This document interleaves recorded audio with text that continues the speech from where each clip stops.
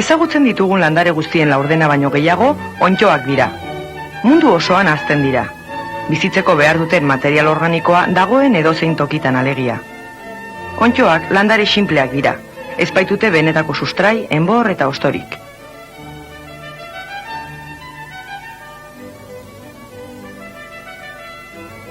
Onddoen taldean perretxikoak, legamiak, lizunak, mildiuak, bakterioak, erdoirontxoak eta ausperretxikoak bezalako landareak sartzen dira. Onddo mota batzu jangarriak dira. Beste batzuk, amanita hau adibidez oso pozointsuak dira. Elikagai batzuen itxura onddoen ihardueraren ondorioa da. Onddoek elikagaiak suntsitu ere egin ditzakete. Onddo batzu hasita penizilina eta beste antibiotiko batzuk lortzen ditugu. Botika hauek gizakiaren eta animalien gaixotasunarekin erlazionaturiko bakterio batzuk eliminatzeko erabil daitezke. Egurra usteltzen duen onddo honek urtero milioika zuhaitzen muinari erasotzen dio. Onddoak landare hiletan hazten direnean, gure basoak hondakinik gabe garbi mantentzen laguntzen dute. Atleta oina, pertsona batzuen gorputzean hazten den onddo batek eragindakoa da. Onddoak landareen menpe daude. Klorofilarik ez dutenez, ezin dute eguzki argiaren energia beren elikagaia ekoizteko erabili. Beraz, onddoek bizirik irauteko beste organismo bizidunak edo materia organikoa behar dituzte. Elikagaia beste bizidun batzuetatik, adibidez gari honetatik, ateratzen dutenean bizkarroi edo parasito deritze. Botatako zuhaitzonen motzondoa bezalako materia organiko hiletik elikatzen direnean, saprofito deritze. Klorofilarik edo beren elikagaia ekoizteko ahalmenik ez dutenez, argia ez da hazkuntzarako baldintza. Perretxikoak landare talde honetako onddorik ezagunenak dira. Bere goikaldeak txapeltxo itxura du. Behealdean orriak dituzte. Txapelari, hanka dituriko enbor itxurako egiturak eusten dio. Hanka inguratuz, eraztuna dago, eta perretxikoa lurzorutik ateratzeko ahaleginetan dabilenean, txapela eta hanka elkartzen direneko gunea markatzen du. Lurretik kanpora geratzen diren atal guztiak, landarearen ugal aparatua edo fruitua dira. Lurrean sartuta, perretxikoak ifa dituriko arizpi sarea du. Ifa multzoari, miselio edo perretxikoaren gorputz vegetatibo deritzo. Naiz eta landarearen ugal gorputzek oso bizitza laburra eduki, miselioa inguratzen duen material organiko erabilgarrian edatuz urtetan bizi daiteke.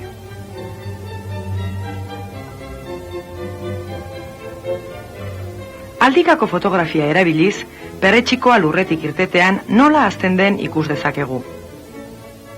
Ikusten ari garena, benetan, egun batzuk eta aste bat edo gehiagoko tartean gertatzen da. Perretxikoa zabaltzen doan neurrian, txapelaren behealdean orriak ikus daitezke.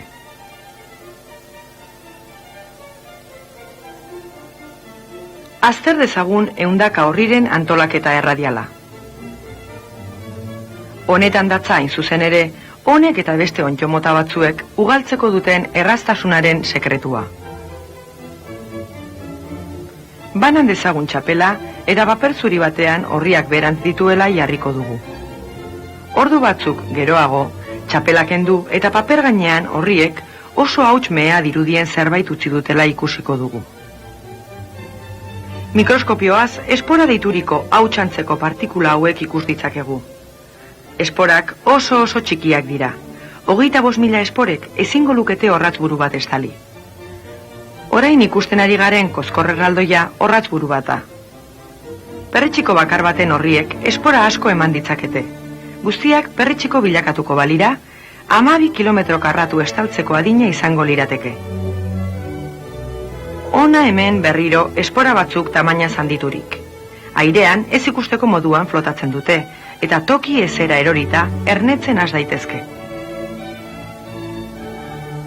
Espora txiki hoietako bakoitzetik, ifa arizpin mehezko sarea hazi eta elikagaietan edatzen da. Ifek entzima dituriko sustantzia kimikoak sortzen dituzte.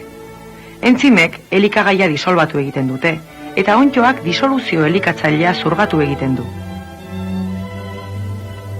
Elikagaia hazten ari diren hifek erabiltzen dute.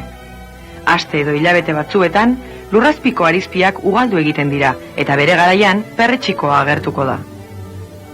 Ia 100.000 onddo espezie dago. Perretxikoek ez bezala, likoperdon honek zapaldu edo lauskitutakoan botako ditu esporak.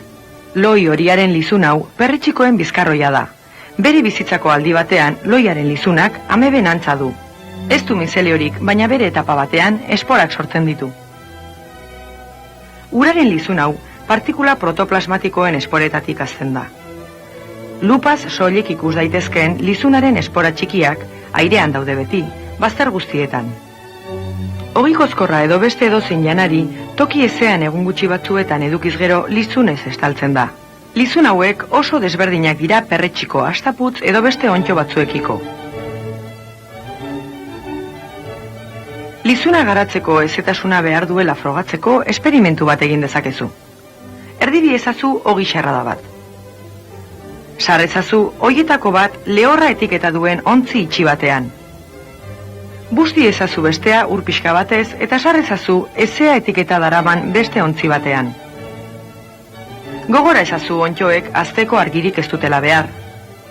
Egun batzu igar ondoren ireki itzazu ontziak. Ikus dezakezunez, ogi lehorra eta beste elikagai lehor batzuk ez dira inoiz lizuntzen. Onddoak hobeto hazten dira elikagai edo ingurune ezeetan. Okin batzuek produktu kimikoak erabiltzen dituzte ogia lizun ez dadin. Beraz, ogi mota desberdinekin egin beharko litzateke esperimentua. Mikroskopio bidez eta kamera berezi batez, lizun sarea ogian edatzen ikus daiteke. Ekintza hau oso azkartua ikusten ari gara.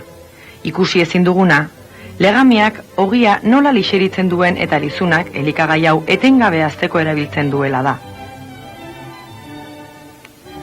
Bapatean bola itxurako milaka esporangio agertzen dira. Hauek hautsi egiten dira, ireki, eta milioika espora ikustezin irteten dira airerantz.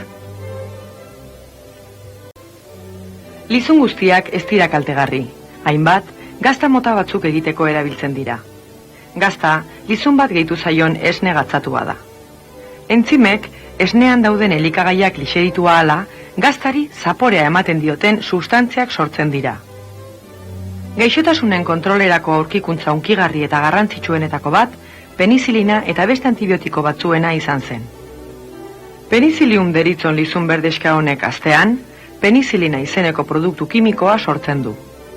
Lizunetik bereizirik, gaixotasunak ere egiten dituzten bakterioak akabatzeko erabil daitezke. Beste onddo batzuk, legamiak, oso garrantzitsuak dira okintzan. Urrepeletan, legamia lehor pixka bat botaz gero, legamiaren onddoak azter daitezke. Urak azukre pixka bat du legamiak elikatzeko.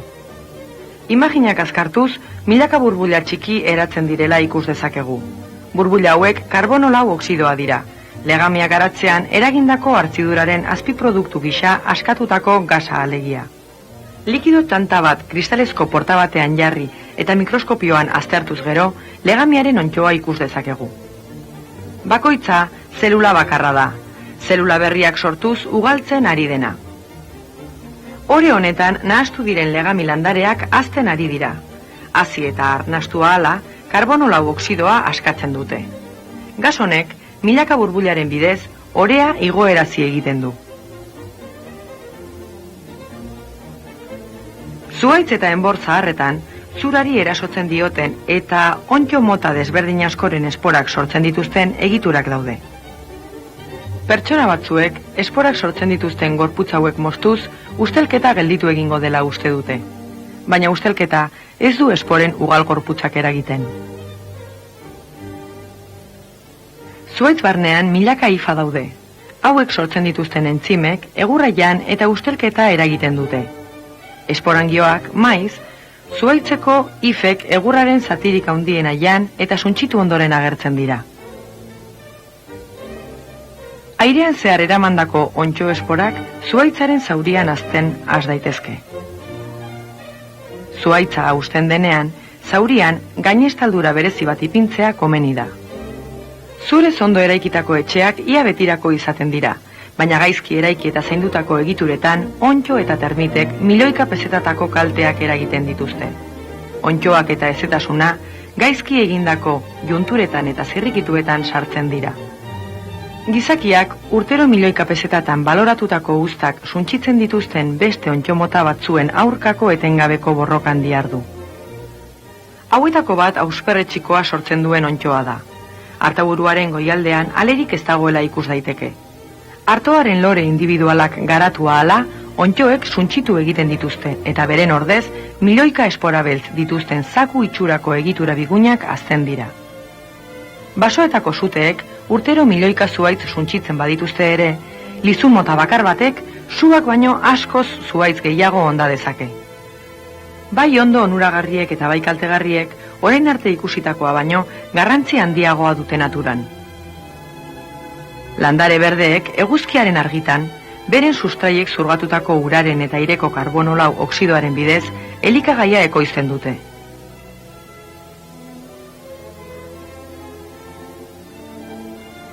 Naturan urri den gasaren zati bat erabiltzen dute, baina hala eta guztiz ere, landare berdeek berau erauzten jarraitzen dute. Karbono lau oksidoa, azukre, koipe, karbohidrato eta beste sustantzia moduan geratzen da landareen gorputzean. Nola itzultzen da airera karbono lau oksidoa? Ikus dezagun prozesu osoa iruditan. Landare berdeek eguzkiaren argitan airetik karbono lau oksidoa hartzen dute. Ondoren, fotosintesiaren bidez azukre bihurtzen dute. Aldi berean, landare eta animali arnasketa eta erreketa bidez airera itzultzen da karbono lau oksidoaren zati bat. Landareak hiltzean, ontxo batzuentzat elikagaia eman dezake. Hori gertatuz gero, usteldu egiten da. Ontxoen bidezko ustelketaren produktu nagusiak ura eta karbono lau oksidoa dira. Ontxoek, landare berdeek airetik hartutako ia gas guztia airera itzultzen dute berriro. Ontxoek, naturan duten paperi garrantzitsuena horixe da, aireko karbono lau oksidoaren eta landare berdeetan gordetakoaren arteko oreka mantentzea.